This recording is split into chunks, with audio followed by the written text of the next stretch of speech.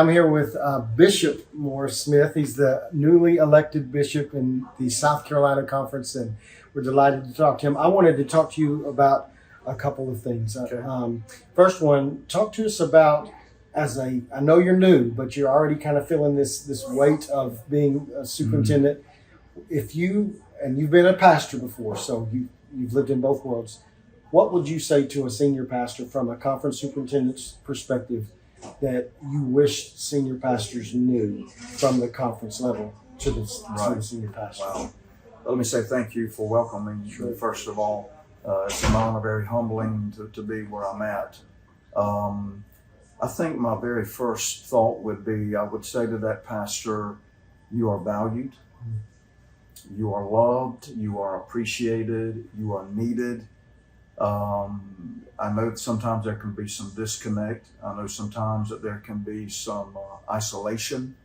I think every conference may be experiencing that to a point. Right. Being in the conference as long as I have, even as a pastor, and then being and helping with discipleship ministries, I think sometimes we can get so busy. Yeah. But to be intentional in building those relationships is very important. But I would want them to know that they are loved and that they are valued and that they are definitely needed. So I think I know the answer to this, so it's a leading question, but I want to hear you say it. Okay. So is the conference, are the churches there for the conference, or is the conference there for the churches? We as a conference are to be there to serve our pastors. I knew that was your Yes, answer. sir. Yes, I think that's a shift that I think most of the conferences are figuring that out in our movement, and the most important people in the whole movement are the pastors. Yes, that make indeed. it happen. Indeed. So you've transitioned from over the course of your ministry, local pastor, discipleship ministries, conference superintendent.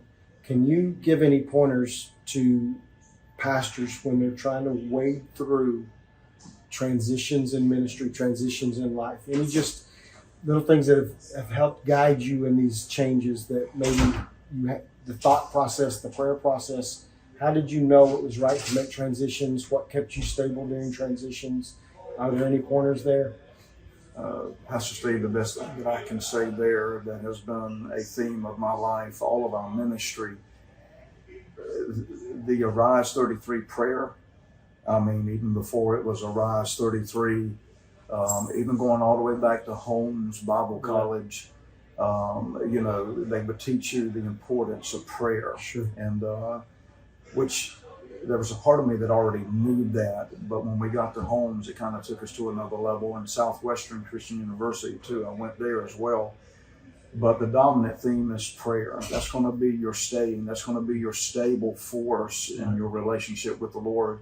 And any transition that you go through, I think it's important that you do seek for the will of God to be done in everything that you do. So when you come to a place that you feel like God is transitioning you, for pastors, even in transitioning from maybe one ministry to another ministry, just make sure you pray. Make sure you bathe it in prayer.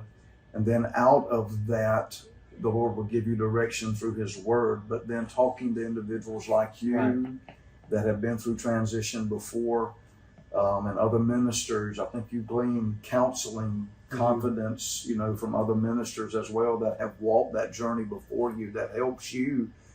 Well, if you did it, I can do it. Thank you for that advice. Thank you for that encouragement. Thank you for letting me know that you're praying for me. Yeah. But I think that valued relationship again with the Lord first and then with each other helps you to transition in a way Absolutely. that you may not have all the answers at that moment, but you've got a peace that surpasses that understanding. That helps you know, okay, God, I'm waiting on you. You're leading me. I'm going to rest in you. Awesome. Well, we appreciate the input. I think it's going to help some folks, and I appreciate you taking the time. And thank you. Honored. Blessings. Thank you.